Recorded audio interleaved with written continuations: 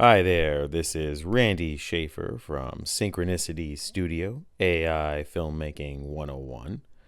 And today we're actually just going to be looking at the raw footage, the AI prompts that I got for the Friday the 13th short film. So what this is no real edits to it, it's just the footage as is, no visual effects added, no tweaks, no nothing. And I'm going to pause every once in a while and talk about what you're seeing. So here we go. Pressing play now. It's a sad In this little moment here, I'm going to pause. This is the one of the very first renders I did, an homage to Friday the 13th, part 2 and part 4, their opening sequences. For this, I added grain and I zoomed in on the shot as the shot continued to give it a little bit of motion. I'm going to play again. The boy who drowned. And get to see how that all plays out here. But if you live around This shot here with the boy was very difficult because obviously VO won't render a boy drowning. It won't render a boy distressed in the water, but it would render a boy being surprised in the water. And so that's what this shot ended up being. I reversed it and then did a little bit of tracking on it to give it a little bit of motion and make it a little bit creepier. And obviously I zoomed in, added grain and some lighting effects to it. But this is the original render as is. It's just okay. And even the final shot is just okay. It's probably my least favorite shot in the short. They say the boy never. This guy here, he's my old man Harbinger. Sort of a reference to old man Ralph. I think his name is Ralph in the old Friday the 13th series. But here, you know, you've got him just sitting in the cabin. What I really liked about this is just the overall aesthetic was really, really perfect. And then all I did was zoom in, add some grain and some tracking motion to give it a little bit of depth and weight. Instead, something. Unfortunately, there were subtitles that were rendered. I can't stand that VO render subtitles. It drives me nuts. This shot in the final version is zoomed in really tight. There's a little bit of color distortion. Grain was added. What you're going to see here is actually the boy's hand is actually the thing that grabs him, and the hand's just covered in leaves, which is sort of odd and strange. So as you can see here, he's just looking at the camera, and then it's actually his hand, which is so bizarre. But when you zoom in on it really tightly, it then takes on a whole new level.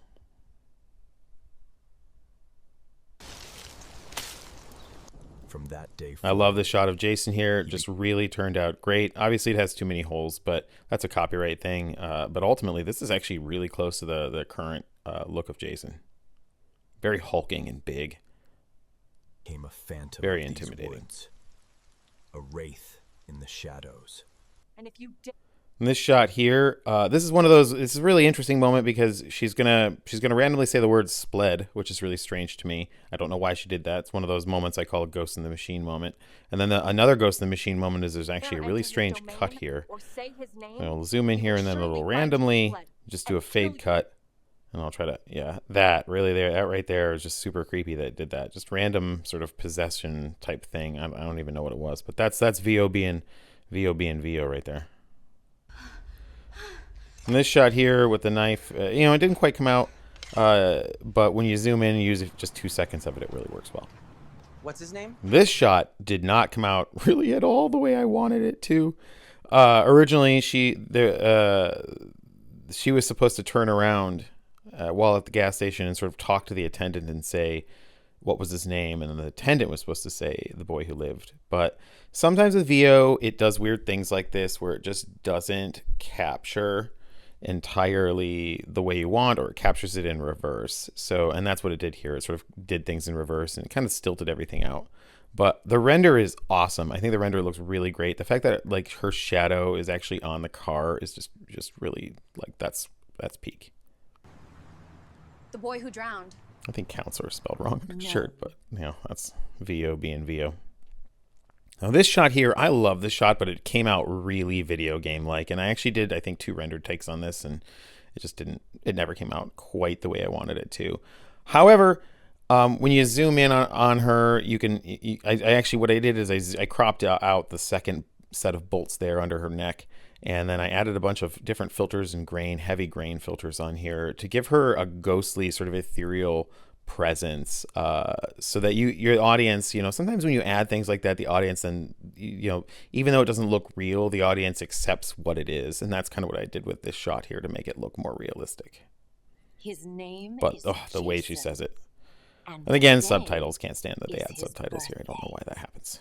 And if you stay out of his woods, you just might survive. This the shot night. here But if really came out well. This is one of those moments where I thought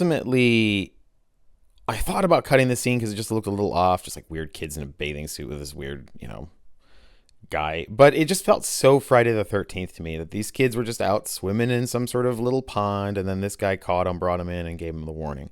What I really like is there's literally antlers like all over everything. I think there's even antlers like on the fish, which is just funny. not, well, don't say I didn't warn you. Great shot of Jason there. Just a really quick clip of him, followed up by my Hunter / Tommy Jarvis type character. The lighting's really great. His performance is a little slow, but I made it work in the final cut. Stay alert. Really You like see him. a shadow, you run. This is our final shot here. Got it? Pretty iconic stuff. Actually reminds me of the Jason Lives kind of Jason. He ultimately falls toward the camera, which is sort of funny. You'll see him he'll take the swing and then just sort of kind of lunge toward the camera, and then he'll fall. I ultimately kept that in because it seemed like he was just literally lunging into somebody. But it does look a little awkward in the Rost version. Not the final version, but in the Rost form. We'll scan through that to that final shot again. You get to see him just sort of clunkily fall. So that is the render in its rawest form, basically a work print of it. So, I ended up adding grain, different saturations and different color filters to make certain scenes work, to give a consistency to the overall short. It was a lot of time that went into the editing process to make it all work. With VO, you get a lot of stilted stuff, and it doesn't always totally work. But with a little bit of editing and clever storytelling, you can make it work, which is really, really fascinating to me. Each time it never comes out 100% how I wanted it, but that's cinema. When you make something, you have a vision for what's going to come out, and it always, if you can get it to come out 80% the way you envisioned it, I think that's really solid.